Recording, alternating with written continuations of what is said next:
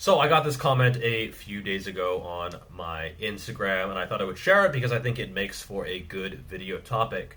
Bro, why do you try to be controversial with all yours stories? It's not science.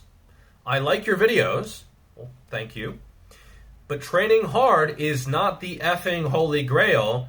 It's just Natty cope.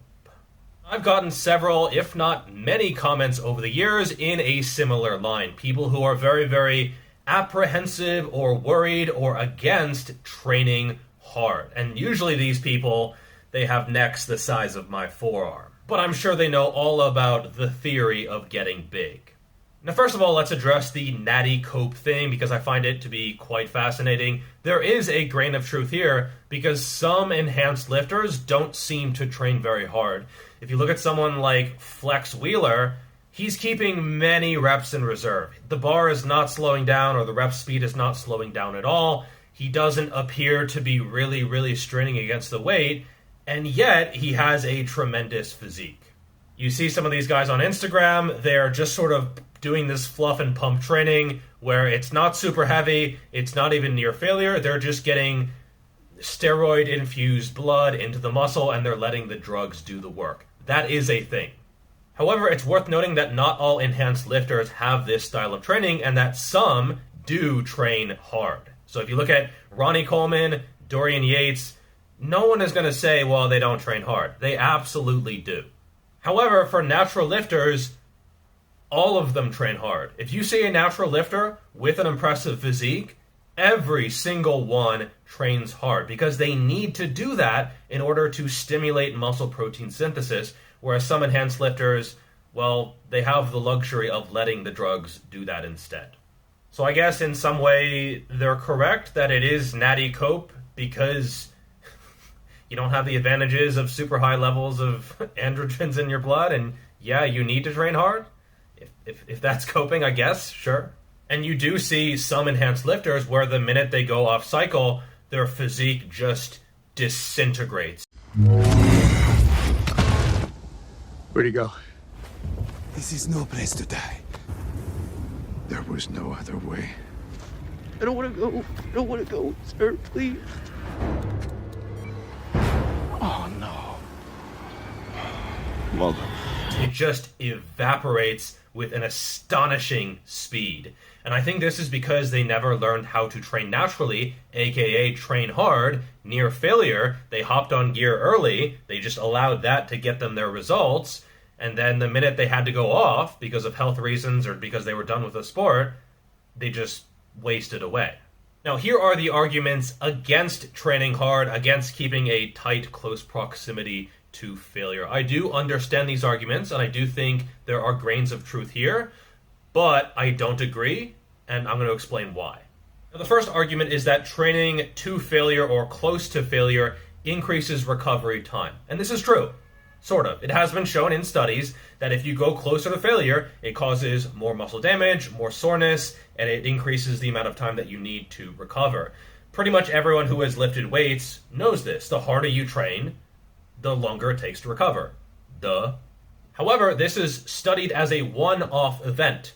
Training is not a one-off event. Okay? You are stringing together series of workouts, series of mesocycles, and it is a long-term progression.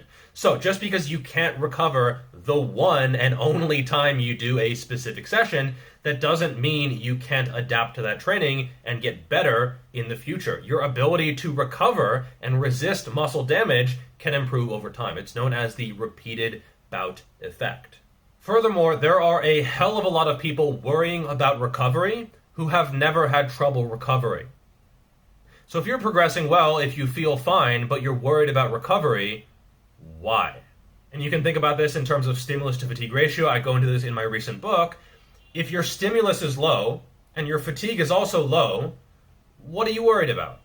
And pick your battles. If you're keeping a rep or two, or even 3 or 4 or 5 in reserve on heavy RDLs, heavy squats, fair enough. Those are stretch-focused movements. They are axially loaded. The risk to reward is going to be different from other movements. And so in those cases, it makes sense to hold back a little bit and be more conservative. But don't take that same mentality and apply it to smaller, safer movements, isolation movements, machines, exercises that are focused on that contraction. It's a totally different ballgame. And so, yes, be wary of those quote-unquote riskier movements, which still generally aren't even that risky. But with other movements, train hard.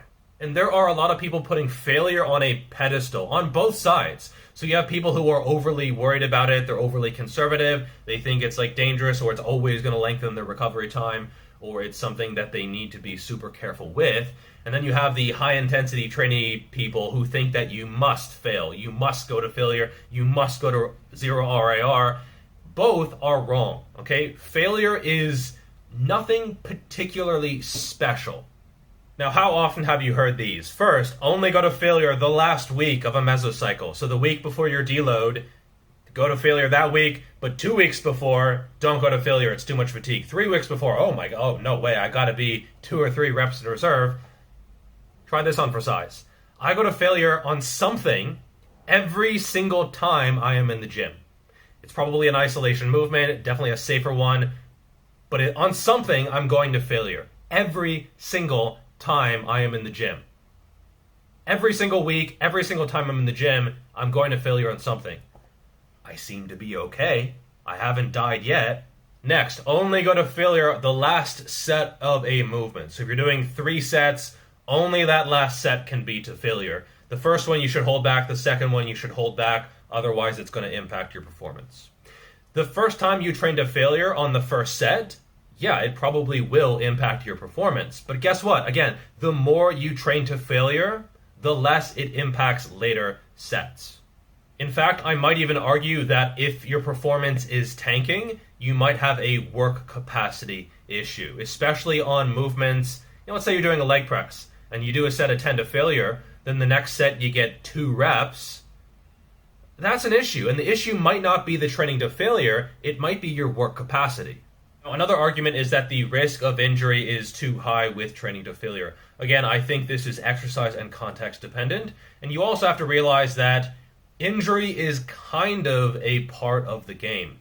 It's very, very rare to meet a natural or enhanced lifter who has never had any injury issues ever. Jeff Nippard, back issue. Bald Omni-Man, back issue. Alex Leonidas, I think he also had a back issue. Natural Hypertrophy had his McRib issue. Let's see, Omar Isov, elbow issue. I've had my QL issue.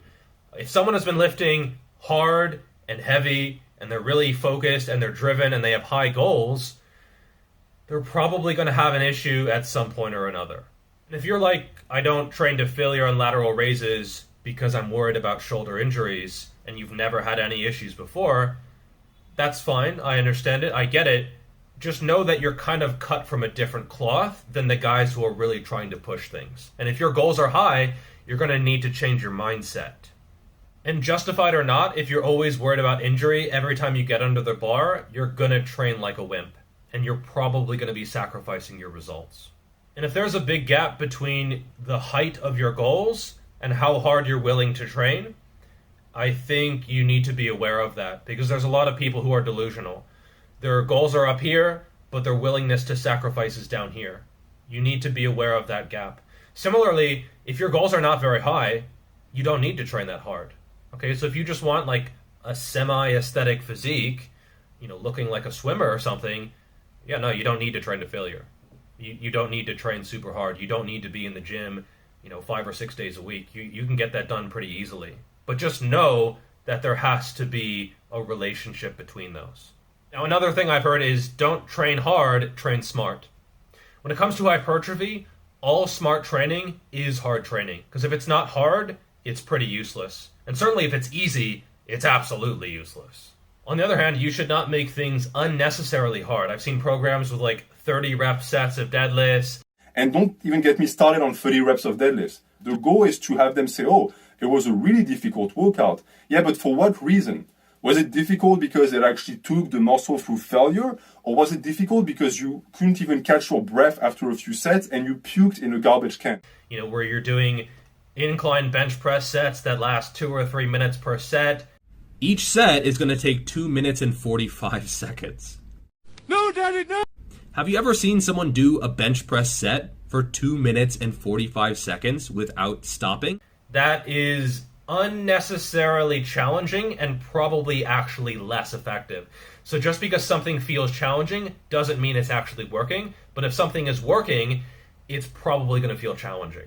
Now, if you Google search overtraining, you get 6.5 million results. If you Google search undertraining, you get 1.2 million results. Google! Oh, Google! I find that ironic because far, far more people are undertraining rather than overtraining. Overtraining syndrome, as defined in the literature, is just not going to happen from weight training. It is almost exclusively an endurance-based phenomenon. And don't get me wrong, fatigue is bad. We are after stimulus, not fatigue. And if you're chasing fatigue, you're chasing the wrong thing. And if you're just lifting for enjoyment or for health, or you have pretty basic low-level goals, that's fine. There's nothing wrong with that. I'm not going to shit on someone who just lifts recreationally. That's most people. But know that my mindset and mentality is different from that. And often my assumption, sometimes erroneously, is that people are serious about their goals and they're willing to sacrifice and train hard. And if that's not you, that's okay. I'm not going to, kick you off the channel or something. I don't have the ability to do that, actually. But just know that you might be in the wrong part of the internet. Now, Sean Nalawani had a good YouTube short that he put out a while ago. It just showed up in my recommended a couple days ago, probably because I've been searching up this topic. And basically, he came to the conclusion that most people are way farther away from failure than they think, and that just changing that one thing would have more impact on the results than everything else combined. So there's a lot of people who are like, what rep range should I be in? What program should I have? What progression? What exercise selection? What technique? Should I go like this or like this? But they are many, many, many reps away from failure. They're focusing on the wrong thing. And if your proximity to failure is not there, you're not getting any slowdown in reps, it just doesn't feel challenging at all, get that in line first. That is probably going to be your number one priority when it comes to making gains. While I know that training effort is a little bit difficult to quantify, if everyone doubled their training effort overnight, in a few years, would you see more or fewer jacked people? I would argue more, and I don't envy anyone trying to argue the opposite side of things. Anyway, for more on the training details side of things, which do still matter once you have the effort part of the equation in line, check out my book on training. Feedback has been excellent, and this is basically a step-by-step guide to help you troubleshoot your hypertrophy plateaus. Thank you so much for watching. Have a good day, and I will see you in the next video. Peace.